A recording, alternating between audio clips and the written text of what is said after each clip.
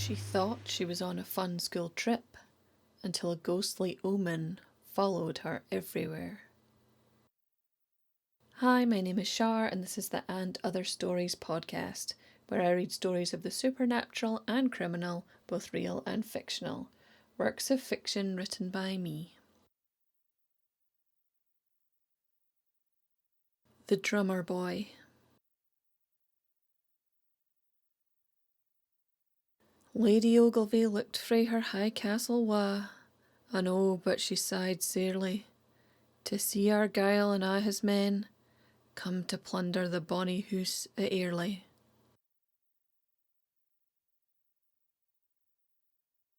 I think that's my favourite thing. The way the clouds cling to the mountains in the morning, making it look like they're on fire. There's something so magical about it. The mist licks the edge of the trees. The sky descended to earth. Annabelle? The voice of our teacher, Mr. Gottlieb, snaps me from my reverie. Move on with the group, please. Let's not lose anyone. I smile and nod slightly, pushing my rubber boots through the long grass once more. Everything here is soaking wet. A constant layer of moisture, even when it isn't raining. My hair coils in the cold humidity. Droplets cling to every strand until I feel like I'm in the shower. A solid object slams into my shoulder. What's up with you, Summers? You not like it wet? Sam Marino walks past me, then turns to walk backwards right in front of me. A smug smile on his face. Ever since the bus to the airport, there have been these little moments. Random attempts to get near me. I don't know what he's playing at. It's all right, I say with a shrug. Why don't you go check if your girlfriend is okay with it? We both look over. Christy Turner staring daggers at me, her friend whispering frantically in her ear. Sam looks back at me and grins even wider, before looking me up and down and turning to his friend, elbowing each other and laughing, throwing sly looks back. I can't help it. I push my face down into my scarf and allow myself a small smile. Okay, people, Mr. Gottlieb calls to the group at large. We're going along a very narrow hiking trail down this hill. Everyone, single file, no horsing around. I'm looking at you, Simpson. We all dutifully funnel into our places behind each other. Sam still jostling with his friend about 2 paces ahead of me. The path is rough and stony, mud filling any space left over. Rocks fall straight down the vertical slope on our left as we scuff our boots along obediently behind our teacher. Sam starts to glance back at me again. Hey Summers, check it out, woo! He fakes a scared face as he waves his arms, balancing on one leg, leaning backwards over the cliff. After one glance up, I roll my eyes and tuck my face back into my scarf, unwilling to encourage him in his immaturity. The line seems to concertina up ahead as Mr. Gottlieb turns to see the cause of the commotion. Marino, cut it out! He bellows at Sam, who turns and puts his hands in the air and ducks his head in supplication at Mr. Gottlieb, grinning. Then he suddenly stops, puts his head up, grin gone. Who's drumming? He looks confused, looking around at everyone. No one answers. His head swerves from side to side until it finally rests on the far mountainside opposite us. He raises a hand at a tangent to his brow in a futile, automatic attempt to see further, turning his whole body in the direction he's looking. What's that? He says, turning his foot, landing on a rock at the edge of the path, twisting and sliding. He wobbles in place and takes a swipe at his friend, who has just moved 1 step too far away from his reach. Sam's hand closes on air. A simple, "Oh," leaves his mouth, before he, almost gracefully, topples and disappears over the edge. A long moment passes in shocked silence, eyes fixed on where he had stood, before a thud, then a long scream from Christy Turner.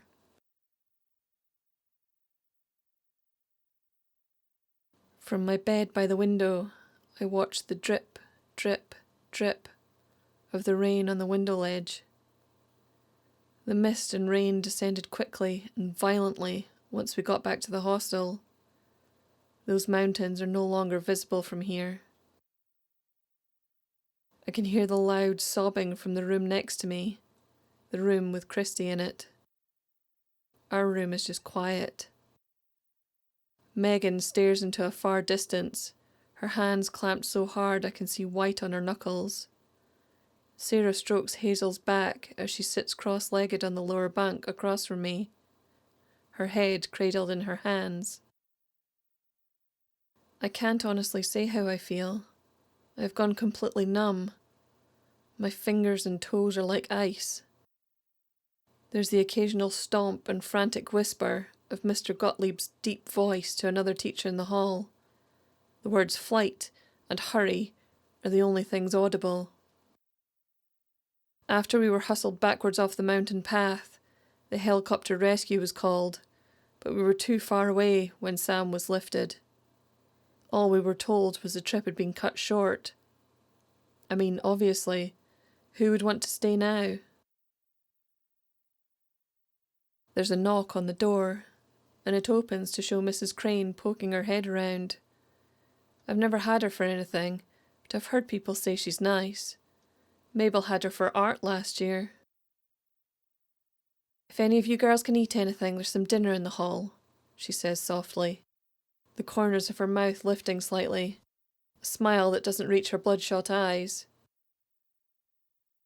With no answer, she nods curtly, sniffs, then leaves, and closes the door. Sarah comes over to me, putting her hand on my elbow and gently guiding me up. "Come on, let's go see if there's anything decent," she says. I nod slightly and walk with her, her arm nestling into the crook of mine. We find a few scattered students in the dining room. Most are just picking at the food in front of them, although one is wolfing down an enormous plate, avoiding all eye contact with anyone. We walk over to the dishes on offer, some sort of casserole, bread, veggies. I just take a piece of bread and go and sit with Sarah on the long communal dining tables. As I tear the bread between my fingers, my throat too thick to eat any of it, I look up to the window. Mr. Gottlieb is standing looking out at the darkening mist. It is only just 7 o'clock, but the bad weather is turning the sky a dark purple. The clouds swirl as the rain falls heavier. What little trees we can see nearby have started to whip their branches, a warning of a gathering storm. As I watch, I see Mr. Gottlieb cock his head to the side, then turn, looking around at each of us in the room. "Who's doing that?" he says accusingly. We look at each other confused. "Doing what, sir?" says the student who was eating furiously. He had paused with his fork halfway to his mouth. Mr. Gottlieb pauses again for a moment. He appears to be listening for something. "Nothing," he says finally. "It must have been nothing. Sorry," he mumbles. We all stare back at our food for a moment, until a roar from Mr. Gottlieb makes us all jump. "Who is doing that?" He looks around furiously. No one says a word. His head whips from side to side, then up at the ceiling. He marches toward the door and sweeps through it, shouting, "Who is drumming?"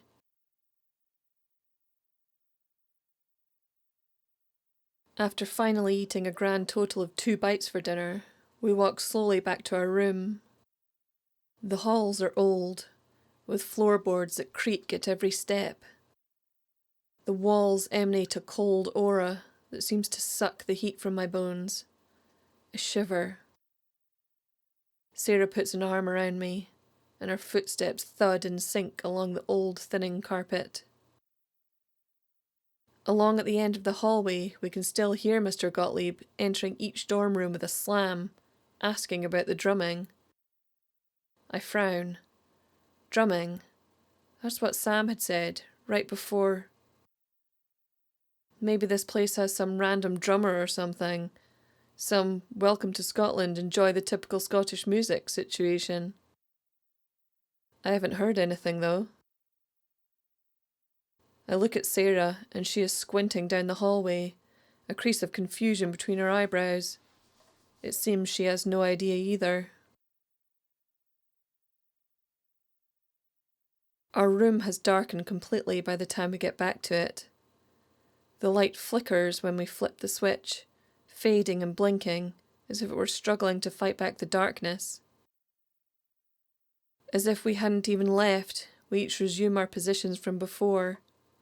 The staring, the crouching, the comforting. I am watching a particular raindrop work its way down the window pane, gathering friends as it goes, buffeted to the side by the strengthening winds. Just as we have a knock on the door, and Mr. Gottlieb enters. He takes a quick, suspicious scan around the room. "Girls, we've managed to change our flight to tomorrow. Get your things packed away ready for an early start. We'll be leaving by 7 a.m, he says, before swiftly closing the door and continuing his ever-increasingly frantic mission to find the source of his mysterious noise. With every fold of an item of clothing, the storm outside rages louder and more violently. We hear a smash of glass and a scream from another room, before the lights flicker one last time and then die. We sit silent for a moment, listening to each other's fast breaths, until we start to hear slamming of doors and shouting of orders. The door flies open and a torch beam appears in the doorway. "Girls, grab your covers and pillows. We're all going to the dining hall. It's getting unsafe to stay in the dorms. Phones are down and we can't go out in this. Get your stuff quickly now," says Mrs. Crane, before moving on to the next room to give the exact same message. The hallway is crowded and dark as everyone makes their way towards the stair. The shouts of "Ow! Watch yourself! Where's my pillow?" come from all sides as we are jostled and pushed in the right direction. I try to blink and make my eyes used to the dark, trying to see if I know the person beside me. Is it Sarah? I can't tell. I can't even see a face.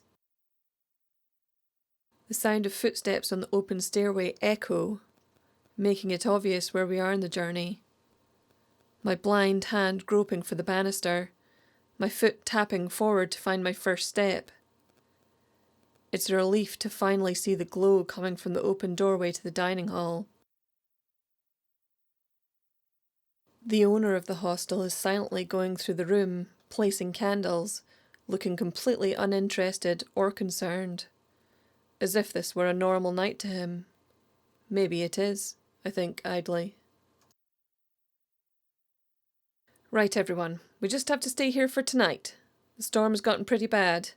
Hopefully by the time we have to leave for the airport it will have calmed down," says Mrs. Crane, her brow furrowed with worry. "Mr. Gottlieb will be over on the left." Mr. Gottlieb comes out of his distracted stare to raise a hand in acknowledgement. "And I will be over on the right. Try to get some sleep. We'll soon be on our way home, but for now this is the safest way to be." A bustle of chatter breaks out as she finishes talking. Voices of concern, hysterical voices, and nervous giggles fill the air. I turn to my friends. We just give each other some worried looks, then start to try and arrange our covers in a way that we can lie on this hard floor somewhat comfortably.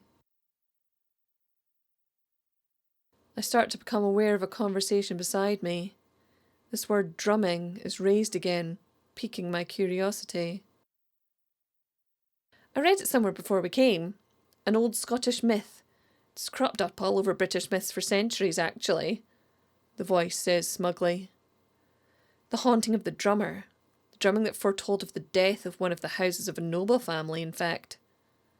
And the girls draw closer to her friends, talking with relish of her gruesome story, as I lean in to hear. The legend round here is that the drummer boy was killed with the noble family Ogilvy, or something like that. I believe he had betrayed them to their enemies and left them to die in the fire when Airlie Castle was burnt. He was said to have climbed to the top of the tower and continued to play to signal danger until the flames reached him and he was burned alive, she says, as her friends gasp at the ghost story, her face showing a satisfied grin in the dim light of the candle, as she apparently had the reaction she had been hoping for. So, Sam heard it, and we know what happened there. And now Mr. Gottlieb is hearing... Oh, shut up, Olive, her friend bursts out. What a load of shit. Some ghost drummer pushed Sam off a cliff, did it? You're just trying to freak us out. Olive shrugs and flicks her hair over her shoulder, a look of superiority on her face. Well, I'm just saying, I'd prove it to you if we could get cell service in this shithole, she says, waving her phone in the air, as if she can catch some internet.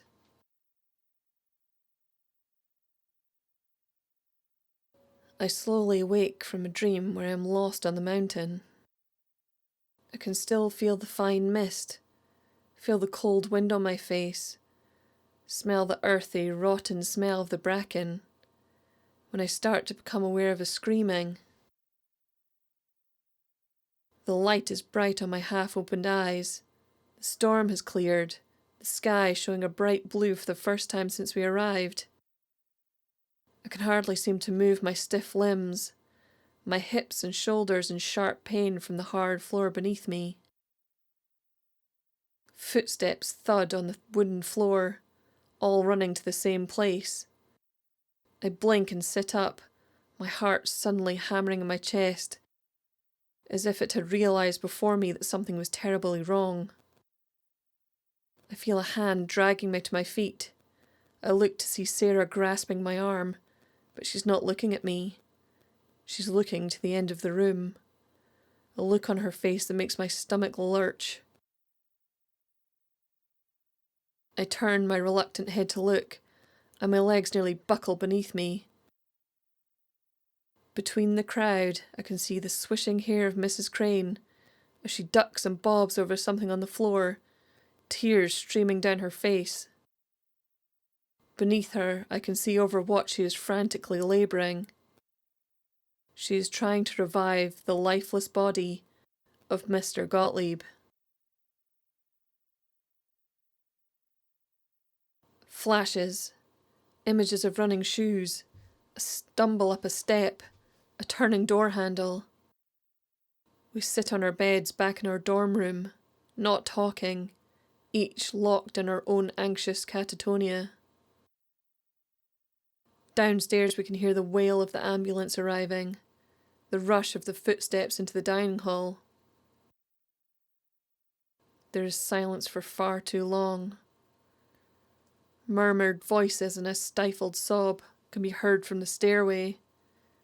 Then the quiet wheeling of something out the giant wooden doors, before a slam, then silence. My ears seem to be the only working sense, as my eyes stare and I press my lips closed tight between my teeth until it hurts. Each sound is like a roar in my ears. Soft footsteps, opening doors, mumbling, closing doors. All along the corridor towards us. Mrs. Crane finally puts her head round our door, her face paper white, and her eyes red and watery. I'm sorry, girls. I've got some news about our flight. The airport has cancelled all flights today. The storm caused too much damage. We'll get out tomorrow, she says flatly, her face expressionless and wooden. Megan lets out a small sob. Mrs. Crane looks around blankly for one moment, before retreating, closing the door behind her, advancing to the next room. Panic rises like ice splinters up my throat, blocking my breath and strangling me. "We can't stay here," I choke out. Sarah moves to sit beside me, silent tears on her cheek. "It's going to be fine. It's going to be fine. It's going to be fine," she repeats, convincing herself.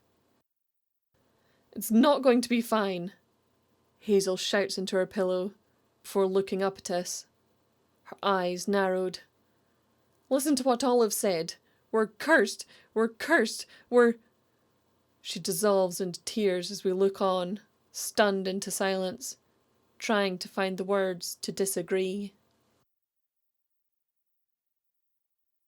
The day melts in a pool of tears and fear, somehow fading from afternoon to evening. Food is brought around, which no one touches. We move into our beds and pull the covers up high, but just stare at each other, finding the shining of eyes in the gathering dark, silent. One by one, I watch as the shine blinks and extinguishes, as each of them succumb to the exhaustion. I feel I have never closed my eyes, but the room completely changes. The moon shines in bright white, turning to yellow, then red. I raise my head to look, and the scenery has warped and altered. One mountain rises sharply from below our window ledge, the top of it so high that I can't even see it, just the hint of snow starting at the edge of my view. Immediately in front of me, there's a sloping path that winds up the mountain, disappearing from sight as it advances round the back and further up. I stand and put my hand on the window pane. I start to feel a vibration, a pulse coming from the glass, rhythmic and slow, gradually pacing faster. The vibration becomes stronger until I start to hear it, a strong and deep boom, boom, boom, turning into a fast and sharp rapping sound, sounding out an urgent beat. My heart starts to pound in time with the rhythm. My breath comes swift and painful as my eyes frantically search the mountainside until I see him in the distance. The dim and dark outline of the drummer boy, his arms moving in a desperate tempo.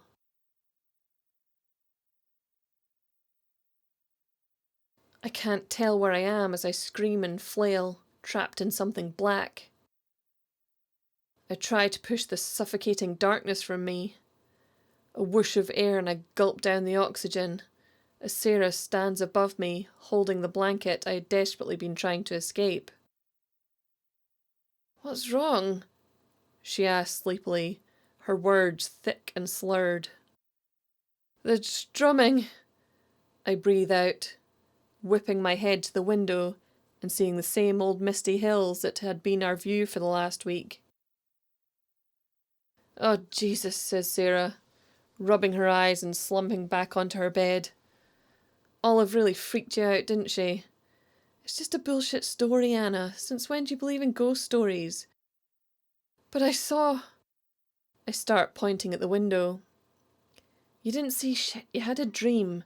Now for fuck's sake, go to sleep so we can get out of this hellhole ASAP." I sit and shiver. The cold sweat trickles down the centre of my back and soaks my pyjamas.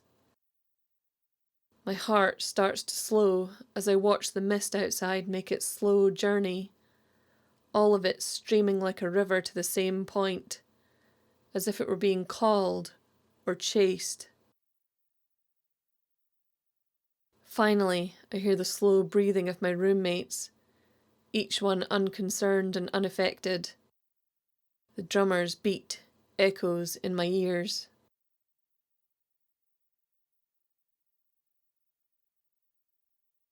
Relief. That's the overwhelming rush that breaks over me like a wave as I wake in the morning to bright sunlight. I can hear the loud crashes and bangs of people moving all over the building and the shouts of encouragement from Mrs. Crane. We are finally packing up and getting out of here. The trip to the airport and check-in are sombre and quiet.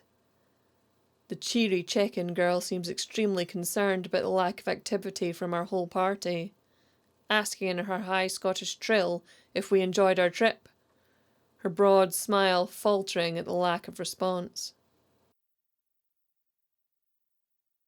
I call home at the departure lounge, and as I hear the sound of my parents' voices, comforting me and promising all my favourite things on my return, it's as if the whole thing is a nightmare I have now woken up from. Not really real. I can go home and be held and protected. Not long now. My seat on the plane feels like a cradle, safe and reassuring. It's all over now. The plane starts to bump and roar along the runway and soars swiftly into the clouds as each of us starts to melt at seeing the foreign land disappear, anticipating the view of our familiar and safe city, hot and dry. Home. It was the weirdest fucking dream I ever had. I mean, why would I be dreaming about marching band? But it was just this one little kid, standing out there, drumming away like a weirdo. I hear the group of 3 behind me talking, and my heart freezes. Swear I can hear it right now. The fear breaks through the ice, crushing my chest, as my heart starts to beat in a rhythmic pump, in time to the drumming that starts resounding in my ears. As a loud bang splits the air, wind suddenly whips up from nowhere, sucking all the breath from my lungs. An orange mask falls in front of my face, and I turn my head to the window. The mountain rushes up at us, the drum, drum, drum, playing louder and louder.